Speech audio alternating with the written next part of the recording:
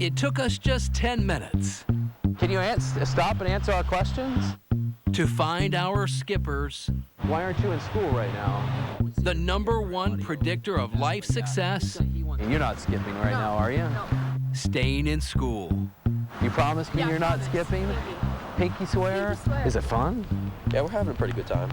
But look what we found here. You want to talk with me? We caught all 4 of them. Kind of a buzzkill talking with a news reporter, isn't it? Cutting class, canceling chem. Is it fun? Yeah, we're having a pretty good time. We're blasting the music. He has some pretty big subwoofers in there. They didn't do their homework. Unfortunately, today we can tell you many of our school leaders didn't do their homework either. School administrators in 20 different school districts all signed off last year to the state that they didn't have any students who missed 10 or more days of school unexcused. You might say these days that's perhaps hard to believe. So we decided to track down the truth to find out if those numbers were really correct. We tested those zeros and asked all of the school superintendents to provide the number of students with excessive absences to us either through the Freedom of Information Act or voluntarily. As the numbers started rolling in, we saw a distinct pattern forming, crooked numbers across the board, leaving no question, zero really wasn't zero. In fact, we can tell you just in our small sampling, 414 students were unaccounted for in the state's final total, thanks to the members of what we're calling the Zero Truancy Club. We had 12 students who fell in that category. Matawan Superintendent Dr. Patrick Bird admits leaders at Matawan High School didn't get it right. He says his folks misinterpreted what the state wanted. And as we look back, we made a mistake on that. About half of the superintendents in the club responded to us to explain the discrepancy, everything from faulty data extraction to inputted incorrectly to clerical mistake to oversight to failure. There's one more school district we want to add to the club. It's Kalamazoo Public Schools. Going back through 6 years of truancy numbers, boy, it's been quite the ride. In 2008, KPS reported more than 1,000 of its students were truant, missed 10 or more unexcused days, of course.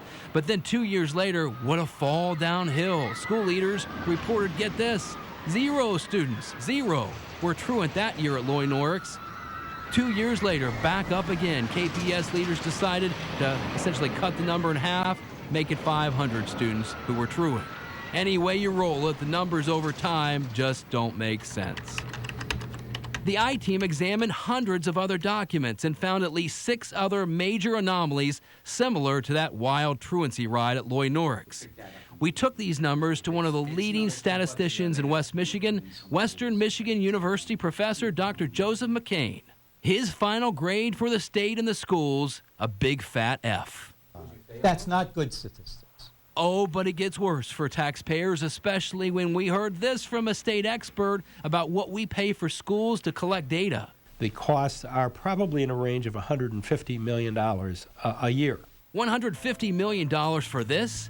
We know for sure the state allocates close to $40 million a year for data, but schools argue the cost is much higher. So now that we know this information's bad, the I-Team investigated for weeks who uses it. The numbers provided by schools go to the Center for Educational Performance and Information, or CEPI. CEPI creates a statewide truancy figure. That's a figure we now know is incorrect. Because as we've shown, state statisticians don't question zeros coming in.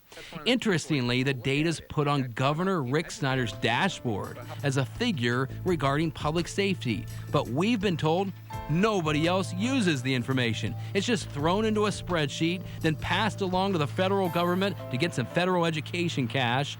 National leaders who know truancy well tell us finally the feds take it, throw it into a folder, and don't use it either. The numbers just disappear. What good is the data? It's all wrong. That's the truly unfortunate thing, is that all this effort is being spent. It's not assisting in any way with the education in the state. Wasting money, wasting time. I hope that, next time you think about having a day like this where you guys are just chilling. A lesson, perhaps, for everyone. It's fun, but boy, I tell you, at the end of the day, what did you learn? And once again, that was David Bailey reporting. Coming up this morning at 7, we'll show you the challenges the I-Team faced as they demanded answers and accountability from our educators. Plus, if you'd like to check your school's numbers, we have a list of resources for you at wwmt.com. There we have all those numbers and a list of all the schools involved in this investigation.